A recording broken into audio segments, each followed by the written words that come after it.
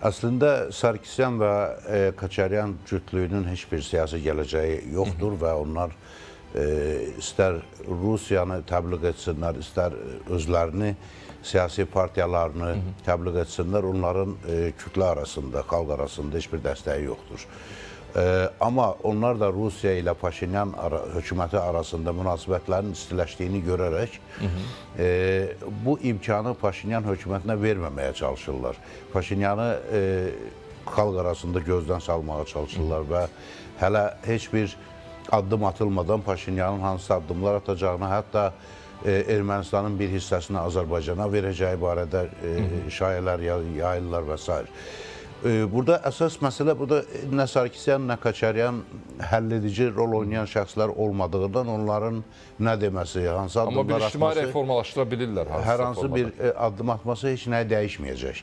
Burada əsas məsələ Rusiyanın mövqeyidir. Rusiya hansı qüvvələrlə işləmək istəyəcək Ermənistan içərisində.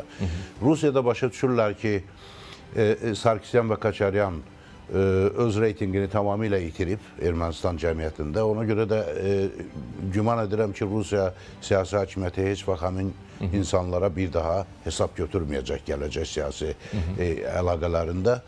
Rusiya üçün daha faydalıdır ki, hazırki siyasi hakimiyyət, yəni Paşinyanı öz tərəfinə çəkməklə onun hakimiyyətini dəstəkləsin.